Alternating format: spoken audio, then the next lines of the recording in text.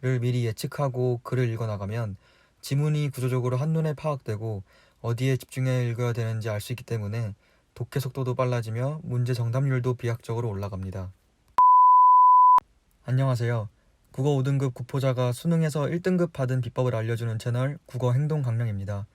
오늘은 비문학 지문의 세 번째 구조인 질문답변 구조가 수능에 나왔을 때 어떻게 읽어야 하는지, 그리고 평가원이 좋아하는 출제 포인트가 무엇인지에 대해 자세히 설명해 드리도록 하겠습니다.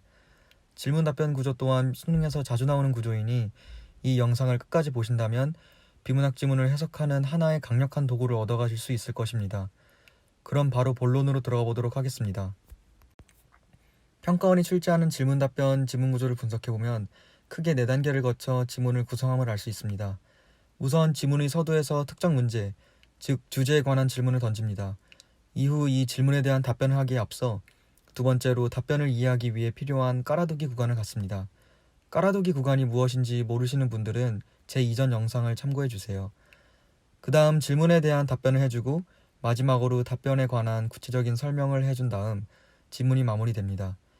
이렇게만 설명하면 이해가 잘 안 가실 테니까 오늘도 평가원 지문을 통해 구체적으로 설명해 드리겠습니다. 2015 9월 모의고사 국어 B형에 출제된 점탄성 지문입니다.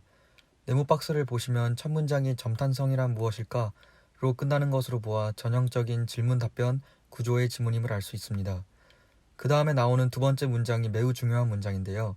같이 한번 살펴보겠습니다. 점탄성을 이해하기 위해 점성을 가진 물체와 탄성을 가진 물체의 특징을 알아보자. 평가원 기출 지문들을 읽다 보시면 위와 같이 서두에서 A를 이해하기 위해 B를 알아보자. A를 이해하기 위해서는 B를 이해할 필요가 있다. 와 같은 문장 구조를 자주 만나실 수 있습니다.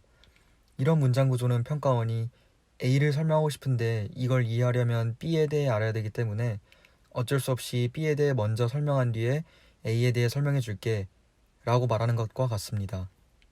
따라서 A가 지문의 주제, 핵심 내용이고 B는 깔아두기 구간의 내용입니다. 그리고 앞으로 B에 대해 설명을 하다가 다시 A에 대한 설명으로 돌아오겠구나 를 미리 예측하고 글을 읽어나가면 지문이 구조적으로 한눈에 파악되고 어디에 집중해 읽어야 되는지 알 수 있기 때문에 독해 속도도 빨라지며 문제 정답률도 비약적으로 올라갑니다. 다시 지문으로 돌아보면 아직 세 줄밖에 읽지 않았지만 이 지문은 점탄성이 주제이고 우선 점성을 가진 물체와 탄성을 가진 물체의 특징에 대한 내용을 깔아준 뒤 핵심 주제인 점탄성이 무엇인지에 대해 서술할 것임을 예측할 수 있습니다. 그리고 점탄성이 무엇인지에 대해 집중해서 읽자 라는 계획도 세울 수 있습니다. 다음 문장들을 보면 예상대로 탄성과 점성을 가진 물체의 특징들에 대해 서술하고 있습니다. 용수철은 탄성을 가진 물체이고 즉각성이라는 특징이 있으며 꿀은 점성을 가진 물체이고 시간 지연성이라는 특징이 있다고 합니다.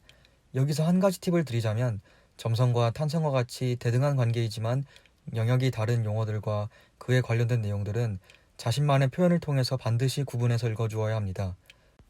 왜냐하면 선지에서 서로 다른 영역의 내용들을 섞어서 출제하는데 이와 같은 내용을 구분해서 읽지 않고 대충 섞어서 읽었으면 이런 문제를 풀기가 어렵기 때문입니다. 그럼 이제 다음 문단으로 넘어가 보면 깔아두기 구간이 끝나고 핵심 주제인 점탄성이란 무엇일까? 라는 질문에 대한 답변이 나오고 있습니다. 탄성체가 지닌 즉각성과 점성체가 지닌 시간 지연성을 모두 가지고 있을 때 점탄성을 가지고 있다고 합니다. 따라서 점탄성을 네모라고 한다면 네모는 동그라미와 세모의 특성을 모두 가지고 있는 것입니다.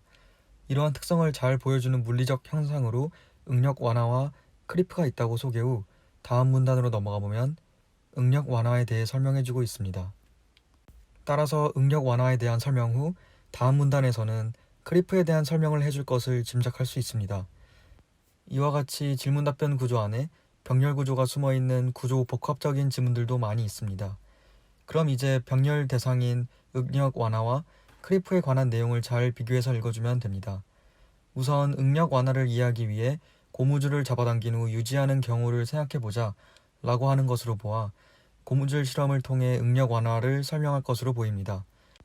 고무줄은 힘을 주면 길이가 즉각적으로 늘어나는 즉각성을 보이고 길이를 고정해 놓으면 시간이 지남에 따라 고무줄 분자들의 배열 구조가 변하며 응력이 서서히 감소하게 되는 시간 지연성을 보여준다고 하는데요. 여기서 이와 같이 점탄성체의 변형이 그대로 유지될 때 응력이 시간에 따라 서서히 감소하는 현상을 응력 완화라고 합니다. 다음 문단도 마찬가지로 고무줄에 줄을 매달아 놓은 상황을 토대로 크리프에 대한 설명을 하고 있습니다. 고무줄에 줄을 매달아 일정한 응력을 받도록 하면 시간이 지남에 따라 분자들의 위치가 점차 변하며 고무줄이 서서히 늘어나게 되는데 이러한 현상이 크리프라고 합니다. 이는 즉각적으로 일어나는 현상이 아니라 시간이 지남에 따라 서서히 일어난다고 했으므로 응력 완화와 마찬가지로 시간 지연성과 관련이 있음을 알 수 있습니다. 다만 응력 완화는 변형 상태가 고정일 때 응력이 감소하는 현상이고 크리프는 응력이 고정일 때 변형이 증가하는 현상이라는 차이점이 있습니다. 마지막 문단에서는 점탄성체의 변형에 걸리는 시간이 물질마다 다른 것은 분자나 원자 간의 결합 및 배열된 구조가 서로 다르기 때문이다 라며 나일론과 금속을 비교하고 있습니다. 이후 온도를 높이면 물질의 유동성이 증가하여 응력 완화와 크리프가 가속화된다는 내용을 추가하고 있습니다. 이와 같이 내용이 추가가 되면 이런 게 있나 보구나 하고 가볍게 이해하고 넘어가면 됩니다. 그렇다면 문제는 어떻게 출제되었는지 간단히 알아보고 오늘 영상을 마무리 짓겠습니다. 1번 선지를 보면 용수철이 즉각성을 갖는 것은 점성 때문이라고 합니다.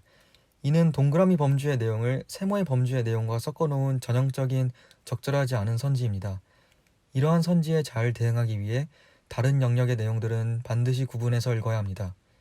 2번 선지 또한 나일론과 금속을 잘 비교해서 읽었으면 쉽게 맞힐 수 있습니다.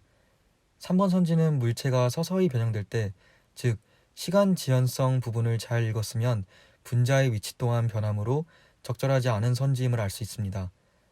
정답 선지인 4번을 보면 유리창의 유리 아랫부분은 지문에서 크리프의 예시로 나왔습니다.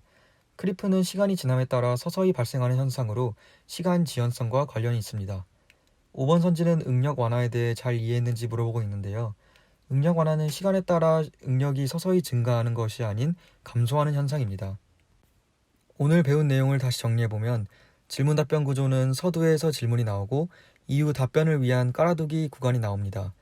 그리고 글의 핵심 주제인 답변이 나오고 이 답변에 관한 추가적인 설명이 나오는 구조로 쓰인다고 했습니다.